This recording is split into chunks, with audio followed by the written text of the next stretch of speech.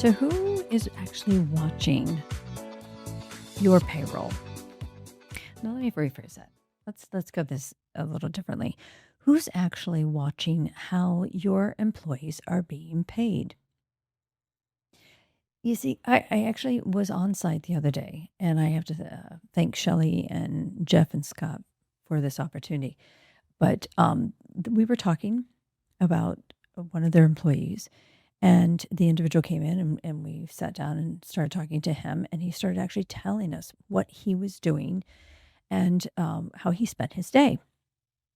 And a long, long time ago, gosh, maybe 10, 12 years ago, there was a woman by the name of Barbara Barrett who worked here at the Department of Labor in Cincinnati. Loved this lady. I mean, she was no nonsense, straightforward, and she was a great teacher at the same time. Didn't maybe realize that, but I remember her telling me, look, when I go in to do a wage and hour audit, I'm not going to ask them what their title is. I'm not going to look at their job description.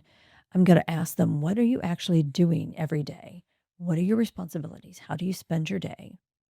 And how long does it take you to do each thing? And then we're going to talk about how you're getting paid and how the company is classifying or value you against the Fair Labor Standard Act. And in this particular case, the individual was a supervisor in the warehouse.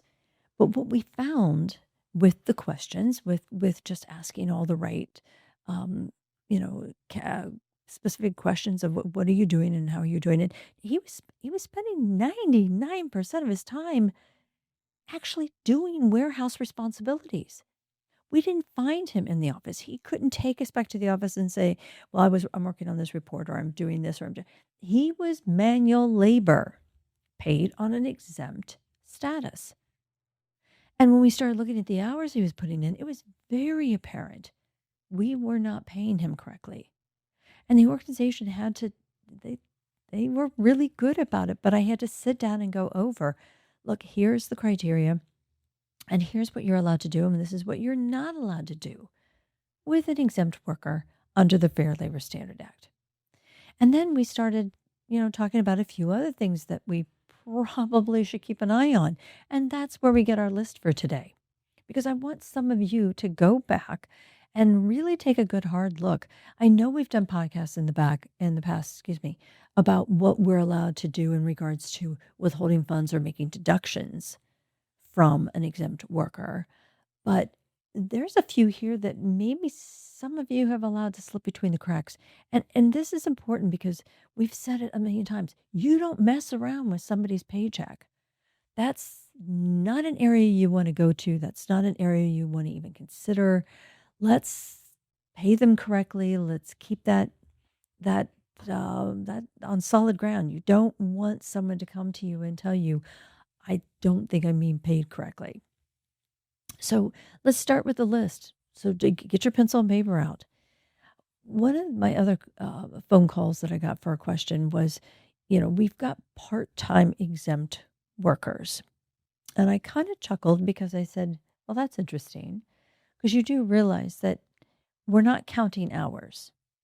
With exempt workers, we're not tapping our wrist and watching the clock.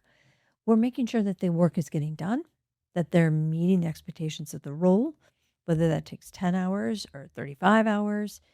Exempt workers are exempt workers. But you can classify somebody part-time if you're making sure that they're making at least that $684 of that minimum salary. So please be very, very cautious with that and make sure that if you're actually calling them part-time exempt, you're not going under that threshold and you're not necessarily standing there tapping your wrist and counting hours. Another one I want you to think about is how many you are deducting for sick days. Now, just be mindful. You can, if it's under the deductions of 3 or more, I get that. That's quite all right. But if you have sick days actually as a benefit, you can have them um, classify that particular day or record that particular day as a non-productive day and as one of their sick days. But to withhold funds from them if they're working the rest of the week and it's a sick day, you don't want to do that. You don't want to do that. You want to make sure that if you're going to withhold and deduct sick days, that they're doing more than one if they're working the rest of the week. Let's talk about emergency closings because we're coming up into colder weather. When an exempt worker, again, has worked previously in the week, or if they end up working after the emergency has been released, we don't deduct that day. If the entire company is closed for an emergency closing, that exempt worker still gets their negotiated rate for the full week. Let it sink in because I know some of you are having trouble with that one. What about how many of you have in your policy that an individual must work the day before and the day after a holiday? Yeah, you should. You absolutely should. And if they don't work the day before or the day after and it's an unexcused absence, they don't get paid the holiday. I know you've got it in there because I probably could have put it in there for you. But remember, an exempt worker, you can't withhold. You can't withhold. If they're working sometime, somewhere in that week, they still get their negotiated pay. Now, can you get them on attendance? Absolutely. You can still hold them to attendance if they call in and say, I don't want to work the day before the holiday. That's your prerogative. But as long as they're working sometime in the previous or that particular week, they get their negotiated rate. How about making partial day deductions for a personal event? And again, we do say if somebody wants to ask off and we've got work for them and they still take it off, we can deduct if it's, if it's one of those situations where we say, no, it's not approved, but they still go and do it. But if they have PTO, go ahead and apply the PTO. If they don't have PTO and they've worked previously in the week, you don't want to take, and we're talking about partial days. So if they're taking off a day, half day to go see the ball game for one of the kids, or they're going to a doctor's appointment for a half day, we don't cut that half day off and only pay them 4 hours or 5 or whatever you want to pick for the time that they were there. You pay them for the full day because they worked the previous the week. How about docking for poor performance? And I do have individuals who get really upset and say, "Look, it was just a waste of time. They shouldn't. They weren't working. I probably should have just sent them home. So I don't want to pay them.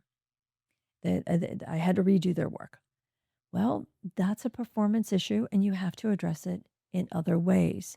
Maybe they're not even qualified for the job that you have them in, and that's why you're having to redo their work, and that's why you've got the poor performance. That's another whole topic. But you can't dock or deduct because of poor performance. The FLSA will not permit you to do that.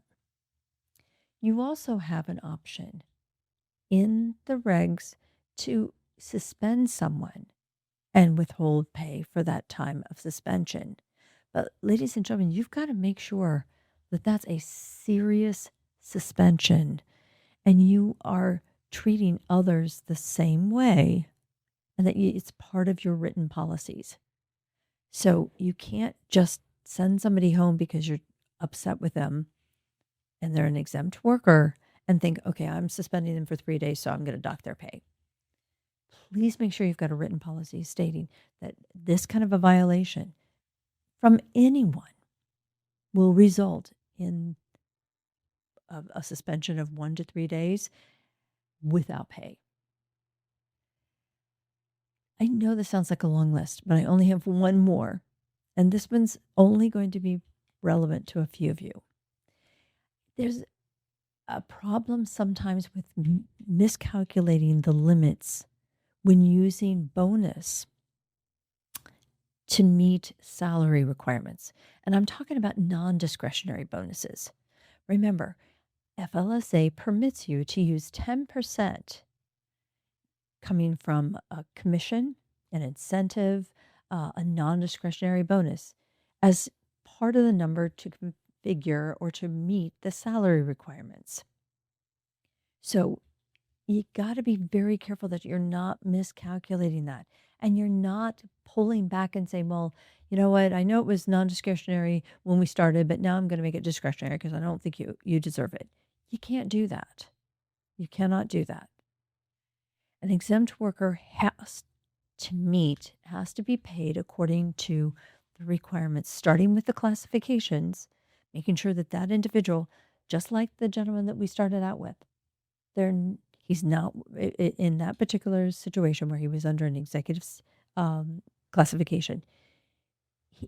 Those individuals are not supposed to be working manual labor. He no longer classified or fit the classification of exempt status.